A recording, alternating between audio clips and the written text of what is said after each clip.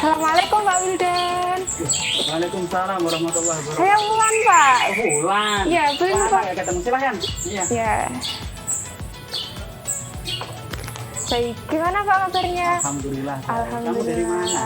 Tadi Pak ada acara OSIS gitu Pak. Nah, saya mau nyempetin nih ketemu Pak Wildan gini. Udah lama Pak ya nggak ketemu. Jadi kalau rindu tahu, saya Pak. sama Pak Wildan.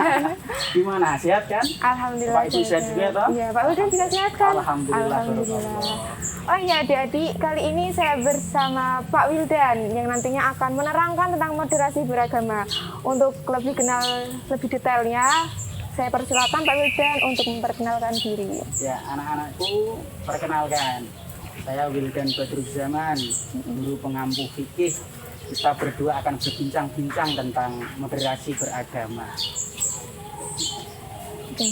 Baik Pak, sebenarnya saya di sini tuh ingin bertanya seputar moderasi nih kepada Bapak.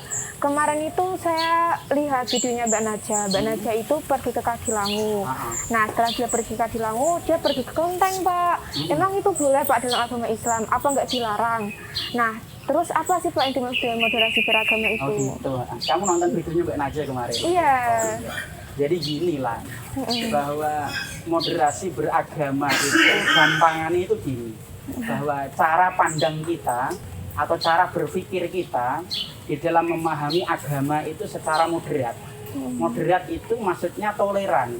Toleran itu dia saling menghormati antar perbedaan budaya, saling menghormati antar perbedaan agama, tidak ekstrim kanan, tidak ekstrim kiri, tidak radikal. Dalam bahasa Al-Quran itu gampangannya adalah wasatiyah, dia tengah-tengah.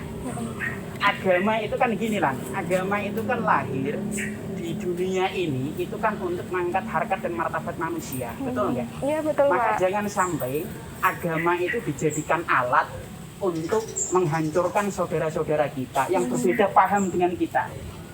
Maka apa yang dilakukan oleh Mbak Naja kamu nonton kemarin itu bagi Pak Wildan itu betul. Justru itu cerminan Indonesia, bahwa Indonesia itu mencintai kerukunan antar umat beragama. Jadi perbedaan itu tidak masalah Pak ya? Tidak masalah. Kan ginilah logikanya. Di Indonesia itu apakah hanya Muslim saja? Tidak. Tidak. Ada beragam agama toh. Ada 6. Muslim terus, Katolik, Katolik Hindu, terus, Buddha, Kristen, terus Konghucu kan? Iya. Berarti ada berapa? Ada 6. 6. Kira-kira 6 agama ini kemungkinan clash bisa nggak? Bisa sih, Pak. Sangat bisa sekali. Tapi buktinya apa di Indonesia? Rukun kan? Damai kan? Iya. Jadi ini bukti bahwa Indonesia itu mencintai kerukunan antar umat beragama. Maka Pak Wildan berpikir gini, ke depan itu Pak Wildan yakin bahwa Indonesia itu akan menjadi kiblat dunia dalam konteks kerukunan antar umat beragama. Maka kamu itu perlu belajar banyak sama Mbak Naja. Iya, Mbak Naja Pak. kemarin itu bukti bahwa dia mencintai kerukunan antar umat beragama. Gitu. Jadi tidak masalah Pak ya? Nggak masalah. Iya Pak. Ya. Terus kenapa sih Pak pemerintah itu selalu mengagungkan makna moderasi beragama? Tujuannya itu apa Pak? Gitu. Jadi gini lah, di Indonesia itu kan masyarakatnya kan majemuk kan, budayanya berbeda-beda, etnisnya berbeda-beda, agamanya juga beda-beda, betul nggak? Iya. Sebelum pandemi ini, itu kan muncul isu-isu tentang ekstremisme, isu-isu tentang radikalisme, terorisme yang mengatasnamakan agama. Ini yang menjadi masalah. Kayak ada pengeboman waktu itu di Bali. Betul, yang mengatasnamakan agama. Maka dari situ pemerintah itu menggembur-gemburkan makna moderasi beragama lewat Kementerian Agama, kan gitu kan. Misalkan gini Wulan, apa itu ada ayat Quran tentang wajahidu fisabilillah bi amwalikum wa anfusikum. Dan berjihadlah kamu dengan jiwa dan harta kamu. Selama ini orang memaknai jihad itu apa? Ya kayak di jalan Allah gitu kayak Perang kan? ya. Betul, perang kan? Dan lalu konteks sekarang itu mau perang sama siapa? Betul nggak? Iya. Maka jihad itu luas. Wulan misalnya belajar, nantinya kalau sudah belajar sukses, bisa membahagiakan orang tua, itu pun juga jihad. Oh itu juga jihad Pak? Juga jihad. Pak Wildan mengajar dengan lillahi ta'ala, walaupun duitnya sidik gitu ke bensin ora cukup, misalnya gitu Iya, kan. Pak. Tapi ikhlas gitu loh, itu pun juga jihad. Jadi jihad itu maknanya sangat luas sekali. Misalnya apa itu Bapak Ibu Wulan misalnya dia bekerja pagi pulang sore atau pulang malam demi wulan kan gitu kan, itu pun juga namanya jihad. Maka moderasi beragama itu adalah pemahaman beragama ya, yang moderat, yang toleran. Maka Wulan harus bisa membedakan yang mana Islam dan yang mana berislam. Islam itu apa sih? Islam itu yang kayak menyatakan bahwa dia itu bertuhan sama Allah, Tuhan sama Allah, dan kayak kalau masuk Islam itu harus bersyahadat dulu gitu loh Pak. Oh iya, berarti intinya Islam itu adalah agama kan, agama dari Tuhan kan. Nah, apa bedanya Islam dengan berislam? Islam itu agama betul, berislam itu berarti cara memahami Islam itu sendiri, betul nggak? Pemahaman tentang agama itu sendiri. Maka memahami agama itu harus sesuai dengan konteks. Tidak bisa kita pahami secara parsial. Paham ya sampai sini? Bagus. Terus itu Pak, namanya kan waktu itu saya pernah lihat nih Pak, trailer film. Nah di trailer film itu ada seorang muslim nih Pak, bawa tumpeng. Dia itu masuk ke dalam sebuah kayak gereja gitu Pak. Nah itu tapi itu ditentang, akhirnya nggak jadi tayang. Nah, saya mau tanya nih Pak, apa saja sih Pak batas-batasan toleransi di dalam agama Islam agar kita itu tidak berlebih-lebihan, tidak melenceng juga Pak? Betul, pertanyaan yang sangat bagus, keren ini, bagi kalian keren. Jadi gini, bahwa toleransi itu sebenarnya juga ada batasan, tidak boleh kebablasan dalam makna toleransi, gitu. Paham nggak? Maka dalam Al-Quran itu kan lakum di hukum waliyati, silahkan laksanakan agamamu, kami juga akan melaksanakan agama kami. Makna toleransi di sini itu adalah dalam konteks sosial, bukan dalam konteks ibadah. Mbak Naja kemarin yang kamu lihat di YouTube, betul nggak? Dia kan habis ziarah lalu ke kelenteng, hanya membersihkan, betul nggak? Makanya kalau ada cerita bahwa Banser itu menjaga gereja, itu boleh. Karena dalam konteks sosial. Yang tidak boleh itu mengikuti ritual ibadah. Misalkan Pak Wildan kok ke gereja mengikuti ritual ibadah mereka, ini yang salah. Atau orang Nasrani ikut Jumatan, kan ya lucu gitu loh. Maka batasannya itu di situ, paham nggak? Kalau dalam konteks sosial silahkan, tapi dalam konteks ibadah kita sudah ada toleransi yang namanya lakum dinukum waliyah. Yang penting itu jangan sampai melewati batas Pak. Betul, cerdas kamu. Terus itu Pak, apa namanya, kayak kasih contoh dong Pak, contoh yang benar-benar real tentang moderasi beragama untuk adik-adik juga dan seluruh siswa-siswa Madrasah Aliyah Negeri Demak untuk mengaplikasikan ke dalam kehidupan sehari-hari kita Pak. Oh gitu, jadi gini, Pak Wildan yang tadi sudah mengatakan bahwa salah satu bentuk dari moderasi beragama itu kan adalah toleran, betul nggak? Pak Wildan semalam itu membuka buku gini lah. Di dalam manhaj al-fikr al-ijtimai, kerangka berpikir kemasyarakatan, itu ada 3 konsep tentang ukhuwah. Salah satunya adalah ukhuwah watoniyah, yaitu persaudaraan sebangsa dan setanah air, gitu loh. Artinya kita itu tidak pandang dulu mereka dari suku apa, ras mana, agama apa. Kalau mereka satu bangsa, satu atap, mereka adalah saudara.